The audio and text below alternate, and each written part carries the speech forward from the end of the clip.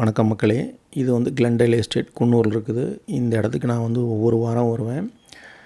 Already நிறைய video இந்த இடத்துலேருந்து வீடியோ எடுத்து போட்டிருக்கிறேன். இப்போ இந்த இடத்துக்கு ஏன் வந்தேன், எதுக்கு வந்தேன் அப்படிங்கிறத பற்றி அப்புறம் சொல்கிறேன். இப்போ இந்த இடத்துல வந்து ஒரு முக்கியமான விஷயத்தை பேசுவோம். சர்க்கரை நோய் உள்ளவங்க, சர்க்கரை நோய் உள்ள என்ட்ரு ஆகிறவங்க, ப்ரீ டயாபெட்டிக், இவங்களெல்லாம் வந்து யாருமே வந்து இந்த ஸ்ட்ரெஸ்ஸை வந்து ஒரு காரணமாக சொல்கிறதே கிடையாது. மருத்துவர்களும் சரி, இல்லை அறிவுரை வழங்குறவங்களும் சரி, யாருமே வந்து இந்த ஸ்ட்ரெஸ் பற்றி பேசுகிறதே கிடையாது. ஒன்ஸ் வந்து உங்களுக்கு ஸ்ட்ரெஸ் அதிகமாச்சு அப்படின்னா பாடியில் வந்து கார்ட்டிசோல் அப்படின்னு சொல்லி ஹார்மோன் வந்து ஏறும். அந்த கார்ட்டிசோல் தான் சொல்லுவாங்க. என்ன சொல்லுவாங்கன்னா ஸ்ட்ரெஸ் ஹார்மோன் சொல்லுவாங்க. அந்த கார்ட்டிசோல் ஒன்ஸ் ஏறிச்சு அப்படின்னா கார்ட்டிசோல் என்ன பண்ணும்னா குளுக்கோஸ் ஏற்றி விடும், கிரேவிங்ஸ் ஏற்றி விடும். அப்புறம் இன்சுலின் ரெசிஸ்டன்ஸை வந்து இன்னும் மோசம் பண்ணும், தூக்கத்தை கெடுக்கும். அதே மாதிரி அப்புறம் சென்ட்ரல் ஒபெசிட்டின்னு சொல்லுவாங்க. பார்க்குறதுக்கு ஒல்லியாக இருப்பாங்க, வயிறு மட்டும் பானை மாதிரி இருக்கும். முக்கியமாக பெண்கள் பார்த்திங்கன்னா நெஞ்சு பகுதி பின்பக்கம்லாம் வந்து கொழுப்பு இல்லாமல் ஸ்லிம்மாக இருப்பாங்க, ஆனால் வயிறு மட்டும் உருண்டையாக இருக்கும். இந்த பெல்லி ஃபேட்டு, அந்த பெண்களுக்கு சைடில் வரக்கூடிய டயர் ஃபேட்டுமாங்க, அந்த இதெல்லாம் வர்றதுக்கு காரணமே வந்து இந்த கார்ட்டிசோல் தான். லேடிஸை பின்பக்கம் இருந்து பார்த்திங்கன்னா ஸ்லிம்மாக போயிட்டுருக்கிற மாதிரி இருக்கும், முன்னால் போய் பார்த்திங்கன்னா வயிறு பானை மாதிரி இருக்கும். அதெல்லாம் வந்து கார்ட்டிசோல் ஏறுறது தான். இதை பற்றி நிறைய பேர் பேசுகிறதே கிடையாது. இப்போ நான் ஏன் வாரம் ஒரு தடவை இந்த இடத்துக்கு வர்றேன் அப்படின்னா, இப்போ எங்கள் வீட்டிலேருந்து இங்கே வர்றதுக்கு வந்து பெரிய செலவெல்லாம் எனக்கு ஒன்றும் ஆகாது. வர்ற வழியில் பார்த்திங்கன்னா குழந்தைகளுக்கு ஒரு நூடுல்ஸோ இல்லை ஸ்நாக்ஸ் ஏதாவது வாங்கி கொடுப்பேன் வாரம் ஒரு தடவை. அதே மாதிரி வர்ற வழியில் இந்த மாதிரி தள்ளுவண்டி கடையில் வந்து ஒரு டீ சாப்பிடுவோம்.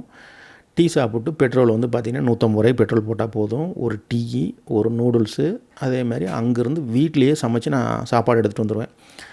வீட்டில் வந்து பெரும்பாலும் நான்வெஜ் எடுத்துகிட்டு வருவேன். பெப்பர் சிக்கன் இல்லைன்னா நாட்டுக்கோழி குழம்பு வச்சு எடுத்துகிட்டு வந்துடுவோம். எடுத்துகிட்டு வந்து இந்த கிளென்டேல் எஸ்டேட்டில் வந்து ஒரு இடத்துல உட்காந்து அருமையாக சாப்பிட்டு ஒரு 4 மணி நேரம் இந்த இடத்த அப்படியே ஜாலியாக அங்கேயும் சுற்றிட்டு பேசிவிட்டு வீட்டுக்கு தான் போவோம். வீட்டுக்கு போகிறப்போ மனசு வந்து பார்த்திங்கன்னா அவ்வளோ லேஸ் ஆயிரும். எனக்கு ஆல்ரெடி ஸ்ட்ரெஸ் கிடையாது, இருந்தாலும் குடும்பத்தோடு ஜாலியாக இருக்கிறப்போ இன்னும் உற்சாகமாயிரும். இதை வந்து நீங்கள் தயவு செஞ்சு எல்லோரும் பண்ணுங்கள். ஏங்க நீங்கள் பக்கத்தில் உங்களுக்கு குன்னூர் இருக்குது, குன்னூர் போகிறீங்க, நாங்கள் எங்கே போகிறது அப்படின்னா, இப்போ எனக்கு பீச் போகணுன்னு ஆசை. இங்கே எங்கள் ஏரியாவில் பீச் இல்லை. இப்போ நீங்கள் சென்னையில் இருந்தீங்கன்னா தயவு செஞ்சு குடும்பத்தோடு பீச் போய் சுற்றிட்டு வாங்க. வீட்டிலேருந்து சமையல் பண்ணி எடுத்துகிட்டு போங்க. எவ்வளோ செலவாயிருப்போம்? ஒரு 500 ரூபா செலவாகும். அந்த மாதிரி ஏதோ ஒரு இடத்துக்கு போங்க. பீச்னால் பீச் இடையே சினிமாவுக்கு போகலாம், இல்லை நாடகம் பிடிச்சிருக்குன்னு எங்கேயாவது நாடகம் நடக்கணும், நாடகத்துக்கு போங்க, லைப்ரரி போங்க. ஏதாவது ஒரு இது வந்து வீட்டிலேருந்து வெளியே போயிட்டு வாங்க. முக்கியமாக வந்து பார்த்திங்கன்னா சைக்கிளில் இருந்தால் சைக்கிள் எடுத்துகிட்டு போங்க, ஸ்கூட்டரில் போங்க. இல்லை எங்கேயாவது நடந்தே ஒரு 5 கிலோமீட்டர் தள்ளி நடந்து போய் ஒரு படம் பார்த்துட்டு வர முடியும்னா நடந்து போய் ஜாலியாக பாட்டுவாங்க. மனசுக்கு எது சந்தோஷம் உங்களுக்கு தருதோ அந்த வேலையை வாரத்தில் ஒரு நாள் தயவு செஞ்சு பண்ணுங்கள். அது பண்ணாதனால தான் வந்து இந்த ஸ்ட்ரெஸ்லாம் வந்து வர்றதுக்கு காரணம். ஸ்ட்ரெஸ் வர்றதுக்கு முக்கியமான காரணம் வந்து பணப்பிரச்சனை ஒன்று. பெரும்பாலும் இந்த பணப்பிரச்சனையை வந்து நான் எப்படி பார்க்குறேன்னா 2 விதமாக பார்க்குறேன். ஒன்று வந்து பார்த்திங்கன்னா அடுத்தவங்களோட போட்டி போடுறது. லைஃப் ஸ்டைல் வந்து அடுத்தவன் எப்படி இருக்கான் அப்படிங்கிற மாதிரி அதை கம்பேர் பண்ணி நம்ம லைஃப் ஸ்டைலை அவங்களோட மேட்ச் பண்ணுறது. இதுதான் ஊரில் வந்து 100 பேர் நாசமாக போகிறதுக்கு காரணமே, முக்கியமான காரணமே தான். இப்போ இங்கே துடியலூரில் ஒரு அப்பார்ட்மெண்ட்டில் வந்து ஒரு லேடி வந்து 1800 ரூபாய்க்கு வந்து இந்த கால் துடைக்கிற மேட் வாங்கினாங்க. ஏன் வாங்கினீங்கன்னு கேட்டேன். எதிர்த்து வீட்டில் வந்து ஒரு வடநாட்டுக்காரங்க ஜெயின் வந்து 1500 ரூபாய்க்கு அந்த மேட்டை வந்து ஆன்லைனில் வாங்கி போட்டிருக்காங்க. அவங்களுக்கு போட்டியே நம்ம வீட்லேயும் போடணும்னு சொல்லி 1800 ரூபாய்க்கு போட்டாங்க. ஏங்க வெளியிலேருந்து வர செருப்பு காலில் மண் துடைக்கிறது தாங்க இந்த மேட்டு. இந்த மேட்டு ஒரு 100-200 ரூபாயில் வாங்கி போட்டால் போதும். எங்கள் வீட்லலாம் பார்த்திங்கன்னா அரிசி சாக்கை தான் விரித்து போட்டிருக்கிறோம். அரிசி சாக்கை விரித்து போட்டதுனால எங்களை ஊரோடு தள்ளி வச்சிட போகிறாங்களா, இல்லை வந்து ஏதாவது கேஸ் போட்டு ஜெயிலில் போட்டுற போகிறாங்களா? மண் துடைக்கிறது அரிசி சாக்காக இருந்தால் ஒரு 10-20 ரூபாய்க்கு திருப்பூர் பனியன் மேட் விற்கிது, அதை வாங்கி போட்டாலே போதும். 1800 ரூபாய்க்கு இது எதுக்குங்க வாங்கினீன்னு கேட்டால் அவங்க வாங்கி போட்டிருக்காங்க, அவங்கள விட காஸ்ட்லியாக நாங்கள் போடணுன்னு போட்டிருக்கிறோம் அப்படின்னாங்க. இந்த கலாச்சாரம் வந்து பார்த்திங்கன்னா பெண்களுக்கு வந்து தலை விரிச்சாடுது. ஒரு நகை ஒருத்தங்க 5 பவுனில் போட்டிருந்தாங்கன்னா எனக்கு 8 பவுனில் வேணுங்கிறாங்க. 5000 ரூபாய்க்கு பட்டு சேலை எடுத்தால் எனக்கு 10,000 ரூபாய்க்கு வேணுங்கிறாங்க. ஒருத்தங்க யாராவது வந்து ஒரு ஜெர்மன் மேக் கார் வாங்கினா இவங்களும் போட்டி போடுறாங்க, நம்மளும் ஜெர்மன் மேக் வாங்கணுங்கிறாங்க. இந்த மாதிரி ஒரு கலாச்சாரம் வந்து பார்த்திங்கன்னா ரொம்ப மோசமாக கோயம்புத்தூரில் வந்து பார்த்திங்கன்னா அநியாயத்துக்கு போயிட்டுருக்கு. இப்போ மேட்டுப்பாளையத்தில் ஒருத்தர் ஹாஸ்பிட்டல் வச்சுருக்காரு. அவருக்கு மாத வருமானம் 5 லட்ச ரூபா. அவர் வந்து ஆல்டோ கார் தான் வச்சுருக்காரு. ஆல்டோ கார் எப்போ 2005 நம்ம வந்த கார், அந்த காரை வச்சு ஓட்டிகிட்ருக்காரு. ஏங்க புது கார் வாங்கலேன்னு கேட்டால் எனக்கு இதுவே போதும், பெரிய காரை வாங்கி என்னங்க பண்ண போகிறோம், தேவையில்லாத செலவு அப்படிங்கிறாரு. அதை வந்து ஊரில் இருக்கிறவங்க பூரா கிண்டல் பண்ணுறாங்க. இவ்வளோ சம்பளம் வச்சுட்டு பிழைக்க தெரியாத, வாழ தெரியாத, லைஃப் ஸ்டைல் மாற்ற மாட்டேங்கிறான் அப்படிங்கிற மாதிரி கிண்டல் பண்ணாலும் அவருக்கு அது பிடிச்சிருக்கு, நிம்மதியாக இருக்கார். இப்போ நீங்கள் ஒரு ஃபாரின் கார் 50 லட்ச ரூபாய்க்கு கார் வாங்கினீங்கன்னா அந்த 4 டயர் மாற்றுறதுக்கு எவ்வளோ செலவு வரும்? கிட்டத்தட்ட 1 லட்ச ரூபா செலவு வரும். இதுவே நீங்கள் ஆல்டோவை கொண்டு போனீங்கன்னா ஒரு 10-20 முடிச்சுட்டு வந்துடலாம். ஒரு BMW சர்வீஸ்க்கு போச்சுன்னா ஒரு சர்வீஸுக்கு 1 லட்ச ரூபா செலவாகும். ஆல்டோக்கு எவ்வளோ சர்வீஸ் வந்துட போகுது, ஒரு 5000 வருமா, மேக்ஸிமம் 5000 வரும். அவருக்கு ஒரு மன நிம்மதி. அந்த மாதிரி வந்து லைஃப் ஸ்டைலை வந்து மினிமலிசமாக வாழ்கிறது வந்து பழகிக்கணும். மினிமலிசம் லைஃப் ஸ்டைல் அப்படின்னா நிறைய பேர் என்ன நினைக்கிறாங்கன்னா, ஒரு சட்டை ஒரு பனியன் வச்சுட்டு வாழ்கிறது தான் மினிமலிசம் லைஃப் ஸ்டைல். அப்படிலாம் கிடையாது. தேவையில்லாத பொருட்களை வாங்கக்கூடாதுங்கிறது தான். இப்போ எங்கள் வீட்டில் ஒரு ஃப்ரிட்ஜ் இருக்குது. அது எங்கள் மாமியார் வந்து கல்யாணத்துக்கு கொடுத்தது. எத்தனை வருஷம் ஆச்சு, ஒரு 15 வருஷத்துக்கு மேலே வந்து அந்த ஃப்ரிட்ஜ் வந்து நல்லபடியாக ஓடிட்டுருக்குது. அது ஏன் மாற்றணும்? அந்த கம்ப்ரஸர் நல்லா இருக்குது, எங்கள் வீட்டுக்கு தேவையான பொருட்களை சில்லுன்னு வச்சுருக்கு, அது ஓடுது 15 வருஷமாக. இது எங்கள் பக்கத்து வீட்டில் வந்து பார்த்திங்கன்னா எல்ஜியில் வந்து கண்ணாடி வச்சது தான் வேணும் அப்படிங்கிறாங்க. ஒரு டோரில் கிளாஸ் இருக்குது, ஒரு டோரில் வந்து டிவி ஓடிட்டுருக்கு. அந்த ரெஃப்ரிஜிரேட்டர் தான் வேணும்னு சொல்லிட்டு லட்சக்கணக்கில் பணத்தை செலவு பண்ணி அதை போய் வாங்கிட்டு வர்றாங்க. அந்த மாதிரி லைஃப் ஸ்டைல் எதுக்கு? இப்போ என் பையன் வந்து பார்த்திங்கன்னா லோக்கல் காரமடையில் வந்து கவர்மெண்ட் ஸ்கூல் தான் படிக்க வைக்கிறோம். ஏன்னா இங்கிலீஷ் மீடியத்தை என்னால் அஃபோர்ட் பண்ண முடியாது. வருடத்துக்கு 1 லட்ச ரூபா என்னால் கட்ட முடியாது.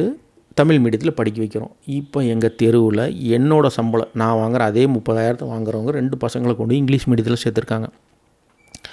ஏன் சேர்த்தனா, பசங்களை இங்கிலீஷ் மீடியத்தில் சேர்த்தா தாங்க ஃப்யூச்சர் நல்லாயிருக்கும், அதனால் சேர்த்துறாங்க. ஃப்யூச்சர் நல்லா இருக்குதோ, இந்த கல்வித்தரத்தை பற்றி நான் பேசுகிறேன். உன்னால் அஃபோர்ட் பண்ண முடியுமா அப்படிங்கிறத என்னோடய கேள்வி. I10 ஓட்டுறவங்களாம் வந்து இல்லை ஆல்டோ ஓட்டுறவங்களாம் மனுஷனா அப்படின்னு கேட்டிங்கன்னா BMW தாங்க நல்ல கார் அப்படின்னு சொன்னால் BMW உங்களால் அஃபோர்ட் பண்ண முடியுமாங்கிறது தான் கேள்வி. இப்போ 2 குழந்தைகள் கொண்டு இங்கிலீஷ் மீடியத்தில் சேர்த்துனார். ஃபஸ்ட்டு ஸ்டாண்டர்டு எல்கேஜி யூகேஜி வரைக்கும் வருஷத்துக்கு 1 லட்ச ரூபா 75,000 செலவாச்சு கட்டினார். இப்போ செகண்ட் ஸ்டாண்டர்டு போகிறப்ப அந்த ஸ்கூலில் வந்து 2 லட்ச ரூபா ஃபீஸ் கட்டுங்கிறாங்க. இவரால் கட்ட முடியல. இப்போ திருப்பி கொண்டு கவர்மெண்ட் ஸ்கூலில் சேர்த்துறாரு. இப்போ இவங்களுடைய ப்ரெஸ்டீஜ் இந்த வெட்டி பந்தாலும் எங்கே போச்சு? அந்த மாதிரி வந்து தேவையில்லாத வேலைகள் எங்கள் ஊரில் தலை விரித்து தாண்டவாடுது. தேவையில்லாமல் போயிட்டு ஒருத்தர் BMW காரை வாங்கிட்டு வந்தார். அவரால் சர்வீஸ் பில்லை கொடுக்கவே முடியல. ஒவ்வொரு சர்வீஸுக்கும் 1 லட்ச ரூபா 75,000 போகிறான்னு சொல்லி கட்ட முடியல. அந்த காரை விற்றுட்டு இப்போ கரெக்டாக வாங்கி வச்சுருக்காரு. இப்போ ஊருக்குள்ளே அவரை பார்த்து சிரிக்க மாட்டாங்களா? ஏங்க பந்தாக்கு BMW ஓட்டினா அவனால் ஒன்றும் பண்ண முடியல இப்போ சொல்ல மாட்டாங்களா? அதனால் வந்து மற்றவங்க என்ன சொல்கிறாங்கிற நீங்கள் அப்போ சொல்கிறதும் இப்போ சொல்கிறதும் எதை எடுத்துக்காதீங்க. உங்களால் என்ன அஃபோர்ட் பண்ண முடியும், உங்களுக்கு என்ன தேவை இருக்கோ அதை மட்டும்தான் வாங்கணும். இப்போ வந்து நான் வந்து 2 வீலர் வச்சுருக்கிறேன்.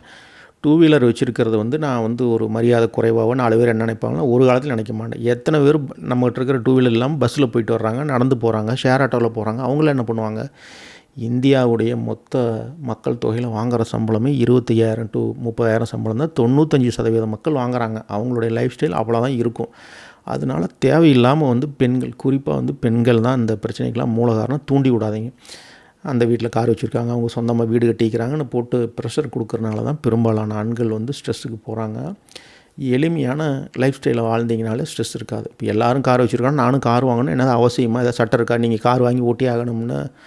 கார் வாங்குகிற அளவுக்கு வசதி வாய்ப்பு வர்றப்ப அதை வாங்கிக்கலாம். இன்றைக்கே போய் அதை நினச்சி புலம்பி ஸ்ட்ரெஸ்ஸுக்கு போய் ஸ்ட்ரெஸ் மூலமாக வந்து கார்டிசோல் ஏறி சர்க்கரை வியாதிக்கு போயிடாதீங்க. மினிமல் லைஃப் ஸ்டைலுக்கு வாங்க. இப்போ கார்னர் நம்பர் 2 வந்து நான் என்ன பார்க்குறேன்னா தேவையில்லாமல் ஆர்கியூமெண்ட்.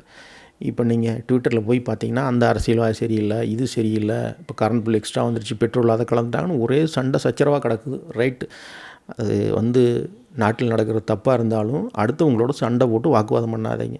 ஏன்னு கேட்டால் தேவையில்லாமல் ஒரு 10 பேர்த்துக்கு நீங்கள் ட்விட்டர் போட்டு சண்டை போடுறதுனால வந்து உங்களுக்கு தான் ஸ்ட்ரெஸ் ஆகும், கார்டிசோல் ஏறி உங்களுக்கு தான் பிரச்சனை. அதனால் வந்து மினிமலிசமாக வந்து லைஃப்பை வந்து இது பண்ணுங்கள். உங்களுக்கு ஆல்டோ வாங்க முடிஞ்சிச்சு, I10 வாங்க முடிஞ்சுன்னா 10 லட்ச ரூபாய்க்கு கீழே கார் வாங்க முடியுதுன்னா அதை மட்டும் வாங்க. தேவையில்லாமல் 50 லட்ச ரூபா காரை வாங்கி வெட்டி பந்தாக்குன்னு போய் ஸ்ட்ரெஸ் அடிச்சுக்காதீங்க. ஸோ இந்த ஸ்ட்ரெஸ் வந்து ரிலீஸ் பண்ணுறங்கிறது ஒரே வார்த்தையில் சொன்னாலும் அது வந்து வாழ்க்கை முறையை நீங்கள் வாழ்ந்தீங்கன்னா மட்டும்தான் ஸ்ட்ரெஸ் இல்லாமல் வாழ முடியும்.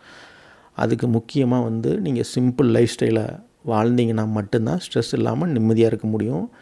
அவன் சொல்கிறான் இவன் சொல்கிறான்னு நீங்கள் தேவையில்லாமல் பொருட்களெல்லாம் வாங்கினீங்கன்னா ஸ்ட்ரெஸ்க்குள்ளே போயிடுவீங்க. ஸ்ட்ரெஸ் மூலமாக வந்து சர்க்கரை வியாதி ஈஸியாக வந்துடும். ஸோ ஸ்ட்ரெஸ் இல்லாமல் வாழ்வோம், சர்க்கரை வியாதியை தடுப்போம், அவ்வளோதான் சொல்ல முடியும். மற்றது வந்து உங்கள் லைஃப் ஸ்டைல் நீங்கள் தான் மாற்றிக்கணும். இந்த சேனலில் சர்க்கரை வியாதி, இன்டர்மீடியட் ஃபாஸ்டிங் பற்றி நிறைய பேசுவோம். பிடிச்சிருந்தால் சப்ஸ்கிரைப் பண்ணுங்கள். நன்றி, வணக்கம்.